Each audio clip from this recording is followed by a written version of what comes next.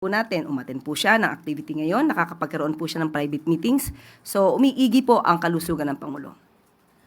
Thank you. Mayroon po akong source, doktor po ito sa St. Luke's. So, siguro naman po credible ito. Although hindi ko siya pwedeng pangalanan for the obvious reason. Pero hindi po ba mas makabubuti kung magbigay na lamang po ng medical bulletin ang mga doktor ng presidente para malaman po ng taong bayan yung tunay niyang kalagayan, since nag-aalala po ang lahat para sa kanyang kondisyon dahil siya po yung ating ama ng bayan.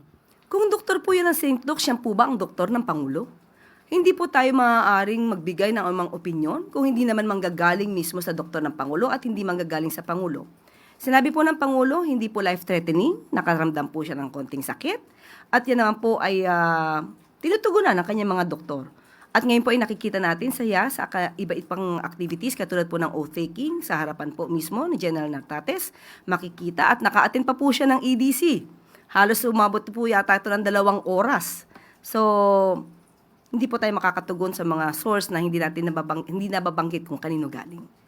Yung medical bulletin from the doctors themselves po, hindi pa pwede mas makabubuti kung sila na mismo ang magbigay ng medical bulletin? Sa ating pagkakaalam po, pagka naglabas ng medical bulletin, dapat si serious illness. Kung sinabi ng Pangulo na hindi ito life-threatening, so ba't kailanganin po sa ngayon ang medical treatment? Medical bulletin.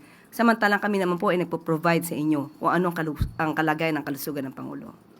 Mas reliable po kasi pag doktor ang nagsalita, ma'am. Mas reliable po siguro mismo ang Pangulo nagsasabi kung ano po ang kanya nararamdaman. Pero hindi naman siya doktor, ma'am. So, Pero siya, katawan niya naman po yun. okay.